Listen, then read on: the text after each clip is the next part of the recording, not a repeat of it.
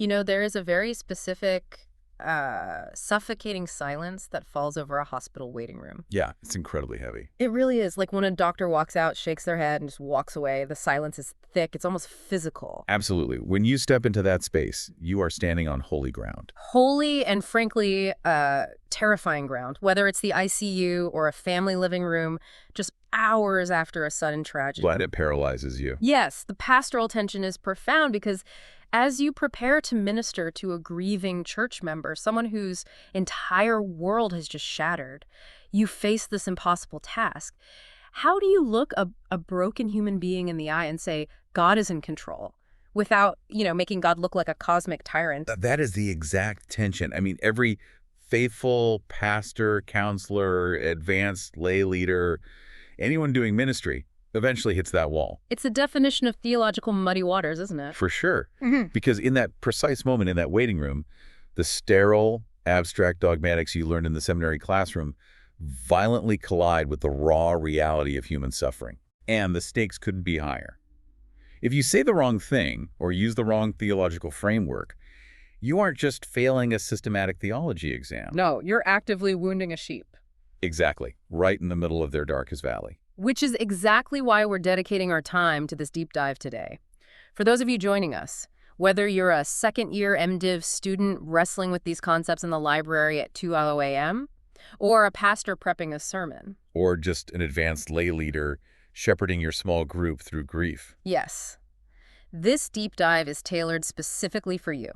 We are stepping into the profound theological architecture of how God interacts with his world. It's a massive shift from where we were. It is. Just to give you some context on where this sits in our broader theological journey, in our previous deep dive on creation ex nihilo, we established that the Triune God brought all non-divine reality into existence out of absolute nothingness. God spoke, and the cosmos was born. Right, but theology doesn't start at the universe's birthday. We are now crossing the threshold from the origin of the cosmos to God's ongoing, relentless, intimate relationship with it. What we're really doing today is rigorously exploring the doctrine of divine providence. In classical Latin, the Providentia Dei. Providentia Dei. And to do this faithfully, we have to fight a war on two fronts, really. On one side, we have to completely deconstruct the idea of a wind-up clock universe. Oh, the deistic notion. Exactly. The cosmic watchmaker who built the machine wound it up, stepped back, and is now just watching it tick away from a safe balcony. And the other side? On the other side, we have to equally deconstruct the idea that God is just the sum total of natural processes, or that God is somehow entangled in the material universe. So pantheism or panentheism? Right. We're looking at a classical Orthodox vision of a God who's entirely, infinitely distinct from his creation, yet intimately, actively involved in every single microsecond of its existence. Okay, so let's unpack this, because the word providence, it gets thrown around a lot in church lobbies. Yeah, usually mean God's plan or just a lucky coincidence. Right. But in classical Christian dogmatics, it means something much more specific. The term that often gets used is creatio continuata continued creation. But wait, we need to be really careful here. Are we saying that God is literally recreating the universe out of nothing every single second, like some sort of cosmic strobe light? No, and that is a crucial distinction to make.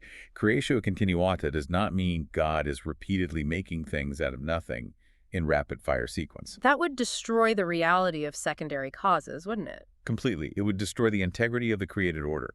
Rather, providence is the sustained, purposeful upholding of creaturely existence. So it's an ongoing energy. Yes, the continuous exercise of divine energy, where the Creator preserves all his creatures, operates in absolutely everything that comes to pass, and directs all things to their teleological end. Okay, so classical Protestant scholasticism, which leans heavily on the high medieval dogmatics, takes this massive concept of Providentia Dei and divides it into three distinct actions.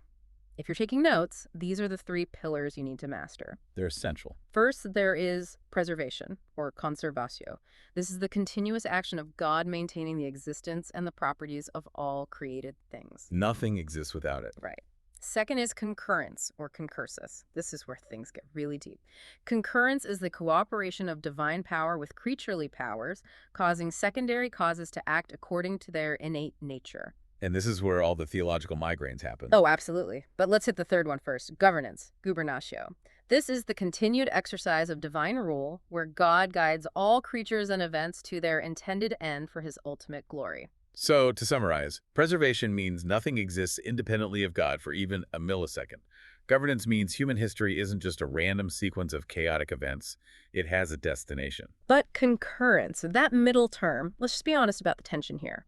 If I'm really thinking about this, if God is doing all the preserving and all the concurring, where does human free will actually live? It's the classic question. I mean, if God is actively cooperating with my power to choose, am I actually making a choice?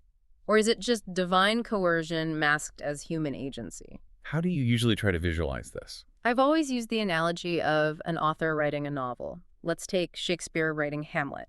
Shakespeare is the primary cause of the entire story, right? He causes the setting, the kingdom of Denmark, and the characters to exist. Right. But inside the narrative universe of the play, the characters make real, genuine choices according to their natures. When Hamlet makes a decision, it's genuinely Hamlet making it according to his character, his secondary causality. Shakespeare doesn't step onto the stage wearing a fake mustache, grab Hamlet's arm, and force him to hold a skull. Exactly. The author's primary causality doesn't compete with the character's secondary causality. It actually grounds and enables the character's actions to exist at all. Does that analogy hold water for concursus? It holds a lot of water. It beautifully illustrates the different levels of causality. We call this non-competitive agency. Non-competitive, I like that. Shakespeare and Hamlet aren't competing for space on the exact same plane of existence. If they were, every percentage of action Shakespeare took would be robbed from Hamlet. Like a pie chart. Right. If Hamlet raises a glass, you don't say, well, Shakespeare raised it 50% and Hamlet raised it 50%. That's absurd. Hamlet raises it 100% in the play, and Shakespeare raises it 100% as the transcendent author. Exactly. It's not a zero-sum game. God's absolute sovereignty and human responsibility operate on two different ontological planes. Okay, that makes sense. But it does force us to confront the ultimate terrifying question. The supreme theodicy problem. Yeah. If God is the author, and he concurs with every action in human history, how is God not the author of sin? I mean, the Orthodox phrase is Deus non est aut peccati, right? God is not the author of sin. Right, that is not negotiable. But if God actively concurs with the secondary cause, and that cause commits an act of unspeakable cruelty, murder, betrayal, how do we insulate God's moral purity from that? How do we reconcile an all-powerful, all-loving God with moral evil, or even natural evil like earthquakes, if he's concurring with every movement? That is the brick wall that human logic hits at 100 miles an hour. It really is. If you try to philosophize your way out, you'll either compromise God's power saying he can't stop the evil, or you compromise his goodness saying he enjoys writing tragedy. And since human logic is utterly insufficient here, we have to look at the divine blueprint. We have to see how the biblical authors held these seemingly contradictory tensions together. So what is the scriptural grammar? The best place to start is the Old Testament. Genesis 50.2 is arguably the most crystallized formulation of dual agency in the entire Hebrew Bible. This is Joseph and his brothers. Yes. And to feel the weight of this, you have to remember the intense trauma of the narrative. Joseph isn't in an ivory tower. He was violently betrayed by his own flesh and blood, thrown in a pit, sold into trafficking, falsely accused of assault, left to rot in an Egyptian prison. All initiated by the malicious jealousy of his brothers. Exactly. And now, decades later, he's the second most powerful man in Egypt. His brothers are starving, entirely at his mercy, terrified he's going to execute them. And what does he say? He looks at the men who ruined his youth and says, "As for you, you meant evil against me, but God meant it for good, to bring it about that many people should be kept alive." You meant evil, but God meant it for good. The theological implications there are staggering. He posits two entirely different intentions for the exact same historical events. Right. And notice what he does not say.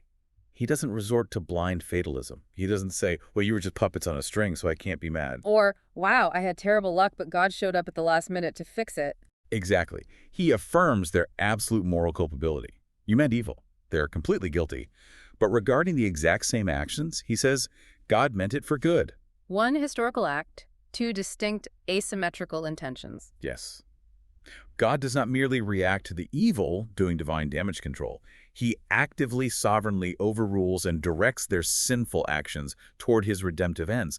But, and this is the razor's edge, he does so without ever willing the sin as sin. The brothers author the evil intent, God authors the redemptive tapestry. It's breathtaking when you slow down and really look at it. It perfectly sets up that primary and secondary cause distinction. Okay, so Genesis gives us the grammar for concurrence. Now, the New Testament gives us the grammar for preservation, conservatio. I'm thinking of Colossians 1.17 and Hebrews 1.3. Oh, yes. Colossians says of Christ, and he is before all things, and in him all things hold together, using the Greek word synestoken. And Hebrews 1.3 says the Son upholds all things by the word of his power. Let's camp out on that word, upholds, for a second. In Greek, it's the present participle pherin. Pherin. It's critical. It gets terrifyingly beautiful when you dig into it. Pherin isn't static.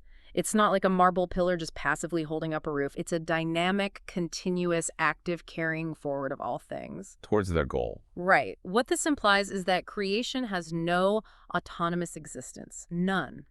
As modern people, we tend to think of our existence as a permanent property we just possess. Like having blue eyes. I exist today, I'll naturally exist tomorrow unless a bus hits me. But Hebrews tells us otherwise. Yes. Our existence isn't a permanent property. It's a continuous, moment-by-moment active gift supplied by the Son of God.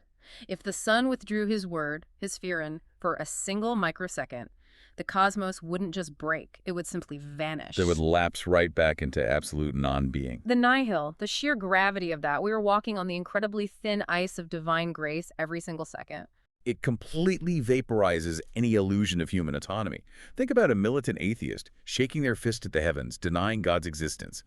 That person literally cannot draw the breath required to curse God unless God actively sustains the very lungs and vocal cords they're using to do it. Wow. Just, wow. That is the depth of conservatio. Yes. But let's bring it back to concurrence, concursus, because if Genesis 50 is the Old Testament thesis statement on dual agency, the New Testament fulfills it in the most extreme way possible. The cross. The cross. The crucifixion of Jesus Christ is the ultimate apologetic for divine concurrence. Let's look at Acts chapter 2. Peter is preaching at Pentecost, and he says in verse 23, "This Jesus, delivered up according to the definite plan and foreknowledge of God, you crucified and killed by the hands of lawless men." And then in Acts 4, the early church prays, "For truly in this city there were gathered together against your holy servant Jesus, both Herod and Pontius Pilate, to do whatever your hand and your plan had predestined to take place." We really need to unpack this carefully because the tension here is razor sharp. You have the worst, most unjust, heinous crime in the history of the cosmos. The apex of moral evil. Exactly. The torture and murder of the innocent, incarnate Son of God. And Peter stands up and says two things are simultaneously 100% true. First, this happened according to the definite plan and predestination of God. Good Friday wasn't a surprise. No emergency board meeting in heaven on Saturday. Right. It was the master plan from before the foundation of the world. But second, Peter looks at the crowds and says, "You crucified him by the hands of lawless men." The men who did it were entirely undeniably guilty. God's eternal decree didn't violate their internal will. Pilate condemned Jesus out of political cowardice. Judas out of greed. The religious leaders out of envy. They all made free, culpable choices driven by corrupt desires. Yet those exact sinful choices fulfilled precisely what God's holy counsel had ordained. This is exactly why you cannot abandon the classical doctrine of concurrence. If you deny it, you lose the cross. Think about it. If God can't ordain an event involving human sin without becoming the author of that sin, then the crucifixion was an accident. A tragedy he couldn't prevent. Right. Which means God isn't sovereign over the very mechanism of our salvation. Or, if you swing to raw fatalism, you have to say Pilate and Judas weren't sinning. They were just robotic meat puppets. But if they aren't sinning, God is unjust for punishing them. Exactly. The early church didn't try to philosophize this away. They just worshiped the God who was majestic enough to use the darkest evil ever perpetrated by creatures to bring about the greatest salvation the universe has ever known. That is profound. And it leads perfectly into our final scriptural anchor, the book of Job. Because the cross is the macro level of providence, but Job is where theodicy gets violently, agonizingly personal. Job is essential reading for this. In the opening chapters, we get a behind-the-scenes look at providence regarding demonic forces. Satan's malicious agency is real and devastating. Wipes out his wealth, his kids. But notice, Satan is strictly bounded by divine permission. God says, "Behold, all that he has is in your hand. Only against him do not stretch out your hand." Satan is not an equal opposite to God. He's a creature on a leash. Right. But here is where I struggle with Job. It makes us squirm as modern readers. Job loses everything. He's sitting in ashes, covered in boils, scraping his sores. He demands a theological explanation for his suffering. And God never gives him one. He doesn't. God doesn't show up in the whirlwind and hand Job a systematic theology textbook on primary and secondary causes. He doesn't explain the heavenly wager. He just doesn't answer the why. That silence is by design. Instead of reasons, God gives Job a revelation of his transcendent majesty. He unleashes these unanswerable questions. Where were you when I laid the foundation of the earth? Can you guide the stars of the bear? Yes. Yeah. God is proving that finite creatures fundamentally lack the capacity to comprehend the macro tapestry of divine governance. We're like a toddler trying to grasp the complexities of a world war. We're looking at the frayed knots on the back of a tapestry. Exactly. Job's comfort didn't come from mastering the why. It came from encountering the transcendent who that was holding him through it. The ultimate mic drop on human hubris. I am God, and you are not.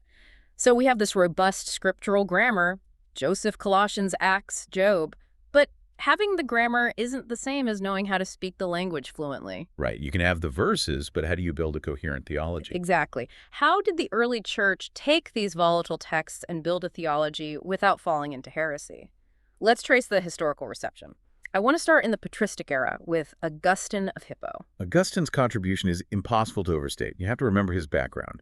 Before he was a Christian, he was a Manichaean. The dualistic religion. Right. Two equal, eternal, opposing forces, a god of light and a god of darkness. So when he converted, he had this massive intellectual hurdle. If a single, entirely good creator made everything, didn't God create evil? And his answer is brilliant. He framed evil not as a positive substance. It's not a thing God created. Evil is a privatio boni, a privation or corruption of good. Let me use an analogy for you listening. Think of evil like rust on a classic car or a cavity in a tooth. Rust doesn't have its own independent existence. You can't have a bucket of pure rust without metal. It's just the corruption of the metal. Or coldness in a room, which is just the absence of heat. Right. So God didn't create evil as an entity. He created a perfectly good world, and evil is the decay, the turning away from that good. But let me push back as a skeptic. If I define evil as just rust or absence, doesn't that feel way too passive? How do you mean? Well, when you look at the demonic or incredible human cruelty, it doesn't feel like a passive absence. It feels aggressively, violently active. Does privatio boni underplay how destructive evil is? That's a sharp pushback, but it's a common misunderstanding. When Augustine says privation, he's speaking ontologically, meaning dealing with the nature of its existence, not experientially. Oh, okay. Think about your cavity analogy. A cavity is just an absence of calcium in the tooth. Ontologically, it's a nothing. But experientially, it is agonizing, shooting pain that ruins your week. Or blindness. Just the absence of sight, but it radically alters your life. Exactly. Privation isn't a harmless vacuum. It's a parasitic corruption that actively destroys a good nature. Satan isn't just a rusty angel. He's an angelic being whose perfectly good will has been so deeply corrupted that his existence is now a violently destructive parasite on God's creation. That clears it up beautifully. The corruption is real and deadly, but it's not a created substance we can blame God for originating. And Augustine takes it further in his Enchiridion. He argues God permits evil because his power and goodness are so vast that he can use the corruption as the dark background to paint an even more beautiful picture of redemption. A redeemed sinner reveals deeper grace than an angel who never fell, which leads us directly into the medieval period, Thomas Aquinas, 1225 to 1274.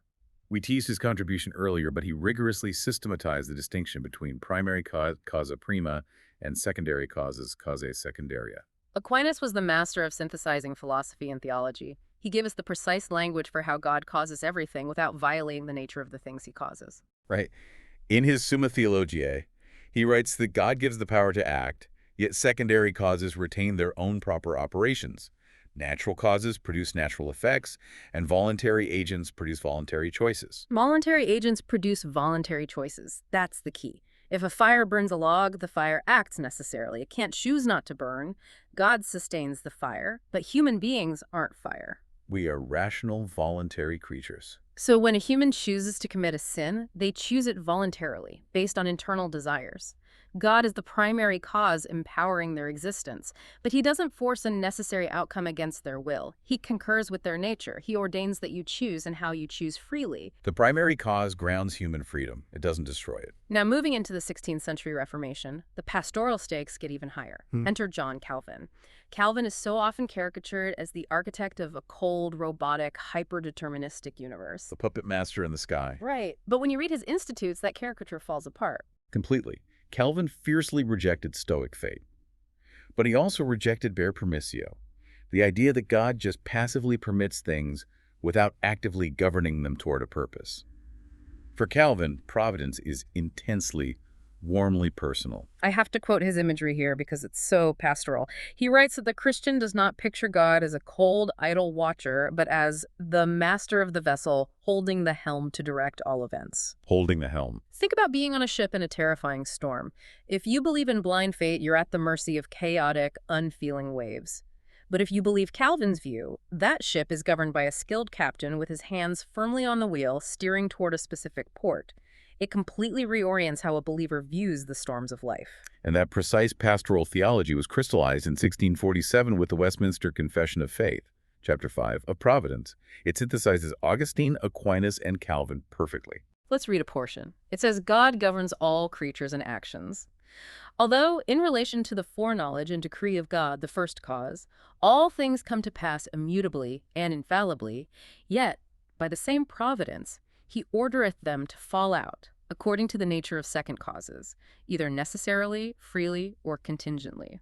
Notice what the divines did there. They affirm absolute sovereignty, all things come to pass immutably. But in the exact same sentence, they affirm second causes act freely and contingently. They see no contradiction. They see a mystery to be worshipped. And to cap off our historical tour, we have Herman Bavinck, the great Dutch Reformed theologian. If anyone brings high dogmatics down to the pastoral heart, it's him. In his Reformed dogmatics, he reminds us providence is a vital confession for the suffering believer. He writes that it assures the believer that no creature can move or harm them without the will of their heavenly Father, transforming terror into joyful trust. Transforming terror into joyful trust. In a modern world gripped by anxiety and fatalism, that is our only true comfort. But getting to that place of trust requires navigating some intense theological minefields today. Which brings us to our next phase, live theological debates and doctrinal taxonomy. Let's lay out the grid first.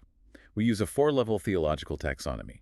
Level 1 is dogma gospel essentials. Deny these, you step outside historic orthodoxy. Level 2 is doctrine denominational convictions. Level 3 is theological inferences or opinions philosophical models explaining mechanics. And level 4 is speculative opinions.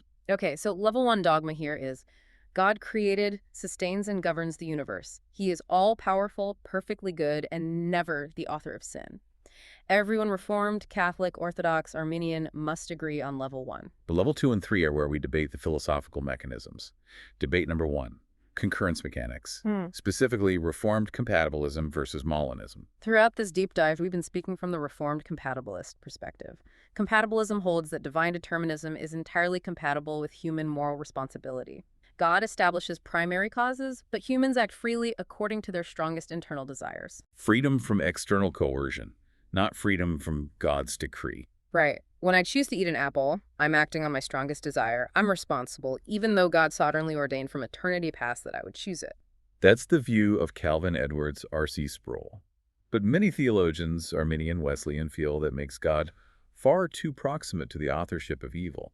They want to preserve libertarian free will, the power of contrary choice, independent of any prior determining decree from God. And the most sophisticated attempt to reconcile that with divine sovereignty is Molinism, named after Louis de Molina, popularized today by William Lane Craig. Molinism is brilliant. It introduces middle knowledge, or CNC media. God's knowledge operates in 3 moments. First, natural knowledge. God knows everything that could possibly happen. Second, middle knowledge. God knows counterfactually what any free creature would freely choose to do in hypothetical circumstances. Third, free knowledge. God chooses which world to actualize. So, for example, God looks into the infinite matrix of futures. He sees that if he puts Peter in the courtyard by a fire and a servant girl asks him about Jesus, Peter would freely use his libertarian free will to deny Christ. Right. So God actualizes that specific world. He gets his desired outcome, But Peter made the choice with total, uncoerced libertarian freedom. You can see why it's popular in modern apologetics. I can, but, and I have to push back hard on Molinism here, the more I study it, the more uncomfortable it makes me regarding God's nature.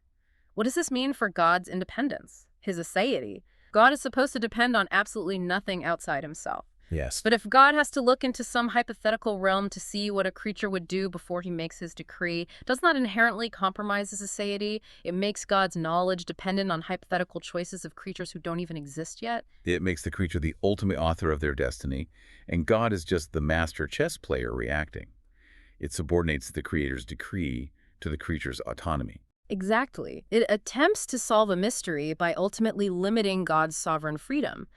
And this intense desire to protect libertarian free will led to debate number 2, open theism versus classical Christian providence. Open theism, championed by folks like Clark Pennock and Gregory Boyd a couple of decades ago. Yeah. It drives the libertarian premise to its absolute logical conclusion. They argue that if humans possess genuine libertarian freedom, the future cannot be exhaustively foreknown by God. Wait. Let's make sure you listening understand the gravity of this. They are arguing that God literally does not know the future. Right. They argue God knows all possibilities, like a grandmaster chess player, but he doesn't know which possibilities will become reality until free creatures make their choices in real time. So evil is just a tragic risk inherent in a free universe. Yes, and when tragedy strikes, God is just as shocked and grieved as we are. I mean, I can absolutely see the emotional appeal of that on a superficial pastoral level. You get to say, God had nothing to do with this, he was surprised too. But the theological cost is catastrophic. It's a level 1 error, bordering on heresy. It compromises divine omniscience and foreknowledge. If God doesn't know the future, the Old Testament prophets were just making educated guesses. And it's a pastoral disaster. Think about it. If God didn't see the car crash coming and couldn't stop it because he had to respect a drunk driver's libertarian free will, God is reduced to a cosmic life coach doing reactive damage control. It strips the suffering believer of ultimate assurance. Exactly. If God is just guessing at the future, how do I know Revelation 21 is actually going to happen? How do I know every tear will be wiped away? Open theism leaves you with a sympathetic but ultimately weak and anxious God. Which is why Orthodox providence is so vital. Now, our final debate in this section, miracles and natural law. We generally see 3 views here. First is deistic naturalism. The universe is a closed system, so miracles are impossible. Which we reject outright. Right. But the second view is common in Orthodox pews. Deist scientific concretism. This is the view that God set up natural laws like clockwork, and a miracle is when God temporarily breaks his own rules to do something spectacular. That's highly problematic, though. It implies natural laws are autonomous forces, and God has to break into his own house like a burglar. The classical dogmatic view, held by Aquinas and Calvin, is much richer. They argue natural laws aren't autonomous at all. They're just the observable, regular patterns of God's ordinary concurrence and preservation. So gravity isn't an independent rule he breaks, it's just how he ordinarily sustains mass. Exactly. So a miracle is not God violating nature. It's God acting directly, extra ordinum, out of the ordinary as a primary cause, without utilizing the ordinary secondary causes. That is such a profound paradigm shift. When Jesus turns water into wine, he isn't breaking the universal law, he's accelerating ordinary providence, bypassing the grapevine, the rain, the fermentation. The whole universe is dripping with divine action at every moment. Yes. Okay, so we've mapped the taxonomy and the debates, but we have to remember our opening hook. Theology must be doxological, and it must survive the ICU waiting room. How does this doctrine minister to a broken heart? Let's pivot to part 5, ecclesial and pastoral implications. This is where we bring the high-level dogmatics down to the hospital floor. Let's look at a specific agonizing case study. Imagine a woman in your congregation named Rachel. She's 34, deeply faithful, and over 6 brutal months, she loses her 6-year-old daughter to an aggressive brain tumor. Just devastating. The kind of grief that leaves a pastor speechless. Unimaginable grief. Now, after the funeral, friend A comes to her house and says, "Rachel, I know it hurts, but God needed another angel in heaven. Everything happens for a reason according to God's perfect plan." Oh, boy. Then friend B pulls her aside and says, "Don't listen to that. God didn't want this at all. Satan caused this disease. We live in a broken world, and God was just powerless to stop the tumor from growing." Wow. So Rachel, completely devastated and confused, walks into your pastoral office. She asks, "Did God kill my daughter? Is he punishing me?" Or is he just sitting back watching us suffer? That is the absolute crucible of ministry. If you get your theology of providence wrong in that room, you will cause profound, maybe permanent spiritual trauma to that mother. Let's run a diagnostic on those friends. Friend A committed the fatalist or stoic error. By flattening everything into God's perfect plan without any nuance regarding primary and secondary causes, they portrayed God as a callous tyrant who inflicts suffering for mysterious, selfish delight. They essentially told her God was the active, moral author of the tumor, which strips away her right to grieve and makes God a moral monster. Right. And friend B committed the open theism error. They tried to protect God's reputation by completely divorcing him from the suffering. God didn't want this. Satan did it. God couldn't stop it. And by doing that, they leave Rachel with a deity who is weeping with her, but who is utterly, terrifyingly powerless. If God couldn't stop a microscopic tumor, how can she trust him with her salvation? Exactly. Both friends fundamentally failed her. So what is the pastoral response? Well, first and foremost, you do not start with a theological lecture. You do not pull out a whiteboard and diagram Aquinas. You start by validating her profound grief and giving her biblical permission to lament. The Psalter, Job, the prophets. Yes, Scripture provides a raw, unfiltered language for holy lament. Remember the shortest verse in the New Testament? Jesus wept. Jesus knew he was about to raise Lazarus. He knew the glorious end. Yet in John 11, he stood at the tomb and wept in anger and sorrow. He was outraged by death. Weep with those who weep. That is the foundation. But as you walk with Rachel over the coming months, as she begins to ask the theological why, you gently introduce a vital technical distinction. The difference between God's ordaining will and God's moral delight. The Latin term is voluntas beneplaciti. God's moral delight, how do you explain that to her? You look her in the eye and tell her, with biblical authority, that God does not take moral delight in disease, decay, or the death of a child. Death is an intruder. 1 Corinthians 15 calls death an enemy. The brain tumor was a manifestation of the privatio boni, the corruption of the fall. God did not look at that tumor and say, this is good. But, and here's the agonizing tension of Orthodox faith. While God doesn't take moral delight in it, we must confess that in his sovereign governance, nothing lies outside his fatherly hand. It wasn't a slip-up in the divine plan. It wasn't blind luck or victory for Satan. Which leads to avoiding cheap cliches and grounding her assurance in historical confessions, like the Heidelberg Catechism, questions 27 and 28. A masterpiece of pastoral care. Question 27 says, Providence is the power of God by which he upholds heaven and earth, so that health and sickness come to us not by chance, but from his fatherly hand. Not by chance, but from his fatherly hand. That is the anchor. Her daughter wasn't the victim of random bad luck or untamed cosmic evil. The sovereign hand of God is heavy and sometimes incomprehensible, but is the hand of a father, not a tyrant. And that leads to the final, most important pastoral response. You must anchor your theodicy at the cross of Christ. When Rachel cries out, does God even care? Is he just watching from a distance? Yeah. You point her to Golgotha. The blood-stained wood of the cross. You remind Rachel that God did not remain distant from the agony of the broken world. In the Incarnation, God himself entered the absolute horror of human suffering. He felt betrayal, physical torture, abandonment, and death. He bore the full weight of the fall. And through that ultimate suffering, he secured the resurrection victory that guarantees the total undoing of all tragedy. If God can take the darkest, most evil event in human history, the murder of his own son, and sovereignly use it to orchestrate the salvation of the world, then Rachel can trust that he is able to take the agonizing loss of her daughter and somehow, inexplicably, weave it into a final redemption that will wipe away every single tear from her eyes. It transforms terror into joyful trust. That is so heavy and yet deeply beautiful. And that pastoral reality should propel us into deeper lifelong study. We study the mechanics of theology to administer the medicine of the gospel correctly. Which brings us to our final segment, seminar questions for advanced reflection. I want to present these directly to you listening for your study groups or personal journaling. Question 1 on epistemology and metaphysics.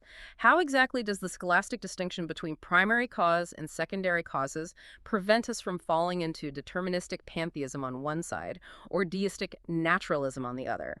What are the limits of our human language here? A phenomenal question to test your categories. Question 2 on historical dogmatics. Compare Luis de Molina's concept of middle knowledge with Jonathan Edwards' compatibilist view of the will. Which framework offers a more biblically coherent defense of human accountability while truly safeguarding absolute divine sovereignty? And question 3 on homiletics. How can a pastor preach a text like Romans 8.28, all things work together for good, without sounding callous and without offering cold, fatalistic cliches to suffering believers? How do you faithfully preach absolute sovereignty with a bleeding, empathetic heart? Those will keep a study group busy for hours. But before we go, I want to leave you with one final meditation. We've talked about dogmatics and one-on-one pastoral care, but consider the corporate life of your church. How does a robust liturgical practice of communal lament protect your church from the twin errors we discussed? That's a great point. How does it protect you from toxic positivity on one side and absolute nihilistic despair on the other? If your theology of providence doesn't have room for a community sitting together, weeping in the dark, while still holding fiercely onto the sovereign goodness of God, is it truly a biblical theology of providence? What a profound, challenging thought. A church that cannot lament is a church that doesn't actually trust the providence of God. You have given us so much to chew on today. It's been a deep, heavy discussion. To all of you listening, take these truths from the realm of orthodoxy and let them sink down deep into your orthopathy, right affections, and your orthopraxy, deep sacrificial love for your people. May the master of the vessel guide you as you faithfully shepherded his flock through the storms. Thank you for diving into the deep end with us today. We will continue this incredible journey through the cosmos and the decrees of God in our next deep dive. Until then, keep holding fast to the one who holds all things together.